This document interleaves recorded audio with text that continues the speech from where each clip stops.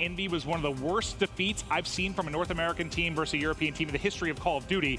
And then talk to me a little bit about Rise Nation's struggles in that mode. Yeah, I mean, Rise Nation is putting a ton of time in Uplink to try and really kind of fix their problems. I mean, obviously, slaying a huge part of that. But this is a team that you look back to like Advanced Warfare, they're kind of like changed the game in Uplink. When they would, obviously, TR, we saw some interesting stuff where they would like send guys back alley in like Detroit and they'd pick up the drone and they'd throw it like over the top. Like we saw them kind of create like a new way to play Uplink at the beginning of Advanced Warfare that we have not seen them kind of do as many creative things anymore. I feel like Uplink has definitely changed since then, obviously, but we need to see that creative kind of thing come back for this team. I think if you talk to maybe outside of Felony, but any of the other three guys, their best game modes in AW and Black Ops 3, I think it'd be Uplink without question. I mean, they were phenomenal in AW. They were great in Black Ops 3. Looney, we know, I wasn't with that roster back on in AW, but he was still one of the better Uplink players in the game. So this, it's been weird to see them start rough in that game mode. But again, they spent a lot of time on it. Let's hope it didn't hurt any of their other game modes. I think just with this game, it's so fast-paced, and there's so much reliance on slaying and just killing that it definitely is going to be a little bit harder for this team, because slaying is not something that you can just fix by just getting better. I mean, it's kind of difficult. It's like you can get better at learning the spawns and different positions and timings and stuff. It's like you can't really get better at killing people. It's kind of difficult to get better at killing the opponent. With as much as these guys already play, right? It's not like your skill level is going to go from a 7 to 10 overnight as you grind one evening. It's not how it is. It's something you either can do or can't. I feel like slaying is very difficult. And see Bance on your screen. He is one player who can definitely slay with the best. I mean, he kind of, for me, came out of nowhere last year. I mean, at the beginning of Black Ops 3, obviously on the Splyce roster, they make some roster changes going into Stage 2, and then ever since then, I mean, he has looked like one of the best players, if not the best in Europe. I mean, I'll be honest, we didn't follow, for you and I think we can speak bluntly here, the EU scene as much before the Call of Duty World League started with Black Ops 3, just because there wasn't as much of a need for it. We were predominantly casting North American teams. The European teams weren't as prevalent, but when they got involved more with Call of Duty World League, we started to see a lot more of these guys, and I know he blew me away last year. Yeah, I mean, the only opportunity I had really to see the European talent was, when I would go over to Gfinities and other events in Europe, ESWCs and whatnot. But I mean, you only get a 2-day look at some players. You don't really get a good grasp of the landscape of European Call of Duty. And with the format last year and this year, obviously, we've gotten much greater looks at the European talent, and they've definitely proven that they can hang. It's just getting a little bit used to the North American playstyle, I feel like. Well, we're going into Precinct Uplink, and this is the map where Splyce dismantled Envy 14-0. You had 35 plus kills for Mad Cat and Bance. The two guys were absolute monsters. If they play like that, it's going to be very difficult for this Rise Nation to keep pace with them. But again, they've made some changes to roles. They're playing at a faster pace. You give them a chance here, surely, Matt. Yeah, I do, but I'm interested to see. You change Aqua off of that NV4, and you have Mad Cat on the other side, very good with that weapon at range. Who is going to counteract him on the side of Rise Nation right now? Facento, it's got to be. Facento, when he's on form, if you're talking Vegas form, he can do it. He can shoot with anybody. Granted, he was doing most of that with the Osa, but it's going to be that tandem of Facento and Felony that need to get it done. But here we go, baby. Game 3 of the best of 5. EU's Splyce versus NA's Rise Nation. And you see right off the bat, both teams just vying for drone control here in the middle of the map. You don't want to obviously pick it up when you have your teammates down. Really, it just gives you nothing. And you see Jerd here in the middle. It's a big gunfight against Aqua. He's going to lose that. So you see Rise Nation should be able to pinch on this top side of the minimap, get control, but it's going to be 2 kills, 3 kills coming in from Splyce. And that's just, it just shows you, right? You can be in the best positions. You have a slaying power on the other side, does not matter. They take 3 kills there in favor of Splyce. They have map control back. And Mad Cat, just a map that he, again, can dominate on. A little bit closer. There's the corner. Ultimately able to find him, but will end up dropping. But it's Jerd with the drone, and Jerd with the Fist of Fury as he knocks one down and pushes into apartments here, trying to get through the back. Maybe points on the board, waits for a teammate to push in front. He wants more, goes for 2, tosses it to the teammate, then the dunk comes through. So that's a super smart play, I believe. Okay, I thought he was actually throwing it to Bance. I think they intended to throw it to Bance, but they threw it to 0. But if they were able to get the drone in Bance's hands, obviously getting closer towards those streaks, but it was 0 who makes a big play, comes on a flank. The Rise Nation players have to split up, and I believe it was Bance taking out both in the end to result in that 2-point play. And now you've got an offensive opportunity on the other side here, Matt. It's Rise Nation starting to build forward. They've got one player defensively covering here at back ticket. You had one at mid-map as well. It looks like the push has been shut down as just Facento is going to remain here. I mean, he might be able to at least get, turn some heads heads, get some kills in the flank, there's not going to be any offense, but it can at least slow down Splyce. And those are the toughest kills to get, man. I mean, when you're trying to push into the other team's base, they're set up, they have great positioning. You're charging at them, flying at them, while these other players are stationary, ready to sit up and take these players out. So it's very difficult kills to get, and you see Rise Nation struggling to pick up any there as Splyce coming back on the offense yet again. And I feel like when that's happening, when they're set up like that, you have to have kind of a two-pronged hit, whether it's coming in through the mid tarps and also maybe through the mid street to combine with Ticket. There they were trying to push everyone through back Ticket. It's just running into a wall basically at that point. But now another offensive opportunity here. As you see it's Zero, the number 4 on the flank, Matt. It's the same exact play they scored on last time. Zero comes on a flank, they bring the drone through mid-map towards that construction side, and they put in a 2-point play. Just like that, Splyce up 4-0. Sort of the definition of what I was talking about Rise needs to do, right? Hit from 2 angles there, make some players turn their heads, but now everyone going to be hitting mid-street. Offense, again, for Rise Nation. As they cut down 3, there's 1 remaining player on defense. He's able to actually clear the drone, and Jared makes a huge play to make sure nothing on the board for Rise. That's got to be frustrating. Yeah, that is unfortunate for the side of Rise Nation. You need to answer back with points there. You have a perfect opportunity, and Jared goes big in the base for Splyce. Picks up 1 kill, tosses the drone out right away. Fantastic play there by Jared.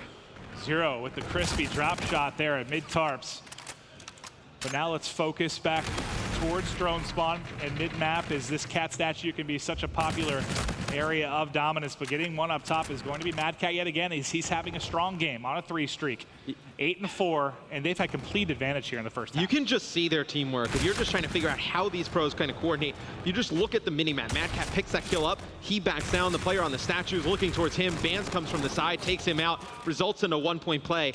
Splyce just so coordinated with their pushes, man, and they've looked very good here in Uplink. Yeah, I know we've seen teams that are stronger from either side, but with Rise Nation pushing here, this is where a lot of times you'll see a good bit of control, you'll see a lot of points put on the board. So far, they haven't really had one solid offensive opportunity outside of the time Jared made the big defensive play. No, Splyce is just setting each other up for success so well.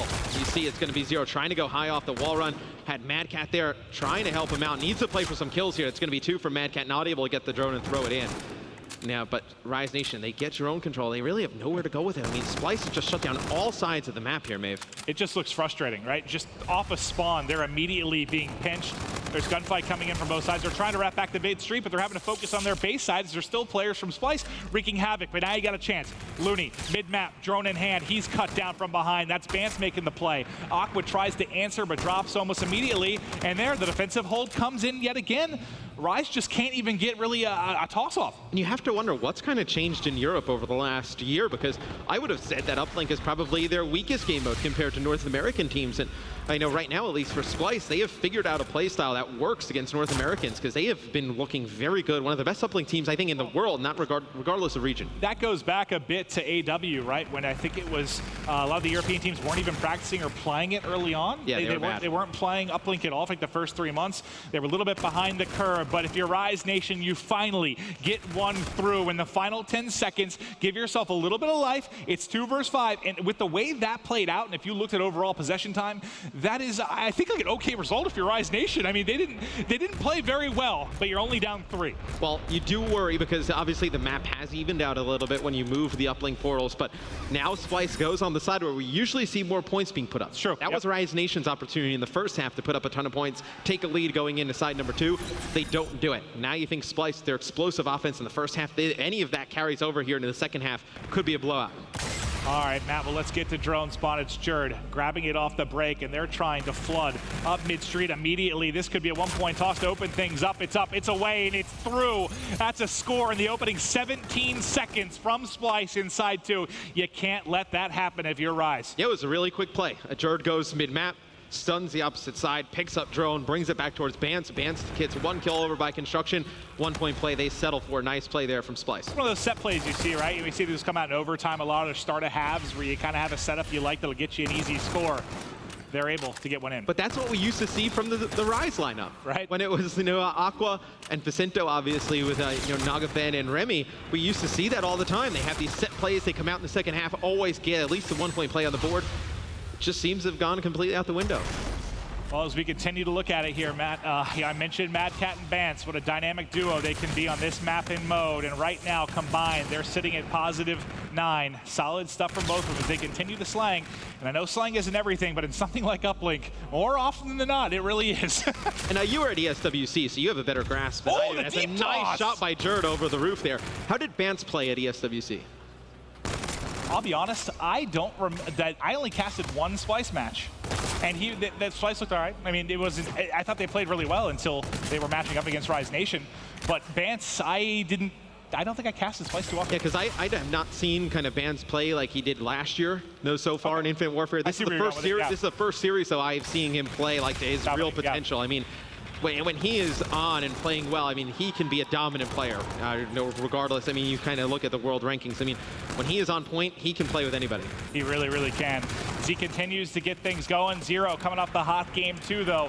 The new guy to Splyce, going big now as he's moved into the positive rankings as he's 16 and 15, has a dunk to go with it as well from early in the game.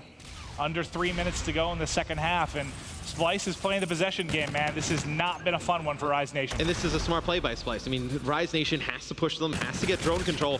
They can use the aggressiveness from Rise Nation against them, spawn them in the back alley, and it's exactly what they're doing. You see all the spawns coming in for Rise Nation in that back alley. It's going to be very difficult to get out of the spawn trap. Going to result in a 2-point play for Splyce. They get 2 on the board, and there's probably more death coming as they just keep raining down fire on the back gas spawn coming in for Rise Nation. Finally, you pick off Madcap, but not before the damage was done. The second dunk is in. It's 12-2.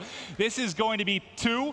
I mean, so that's why I was trying to remember when I casted. Jack and I hopped into the Envy versus Splyce match late. We hopped in game 3 and only casted Precinct up late when they beat them 14-0. That's where Bance destroyed. This is a pretty similar scoreline, 12-2. This is now 2 top North American teams that Splyce is having their way with in Uplink. And this is the game mode. When you speak to them, they feel the most confident in their Uplink play. And they have definitely shown that against some of the best teams in the world. 2 minutes to go. Splyce up 10 here, looking to put some more points on the board. This one has not been good for Rise Nation. We said they worked on their uplink, leading up to this event. It has not paid off here in their first series. Well, and that's kind of goes back to my question of if they spent so much time on uplink, is there a chance it affects their search game at all? And I think I agree with you. The answer should be no. But the fact they already dropped the search this weekend, not a great sign. It is their game 1, though. I mean, it's the first search and destroy of the tournament. They lose in round 11.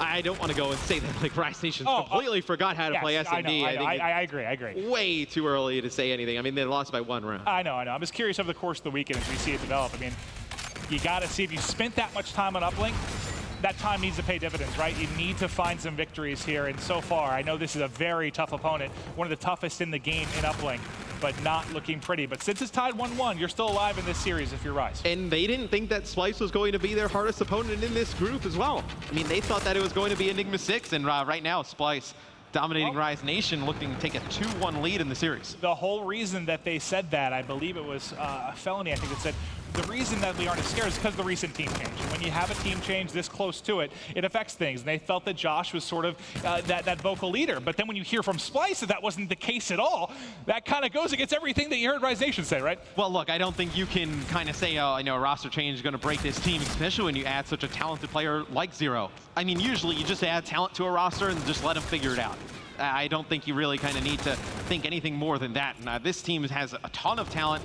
You knew they would put it together eventually. I think Rise Nation probably just didn't think it would happen so fast.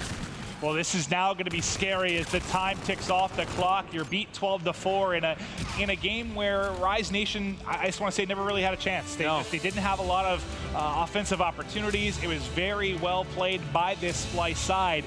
And when you look back to the game 1, we're going to hard point again. And when you look at the game 1, things certainly, Splyce, I mean, kind of threw it away in a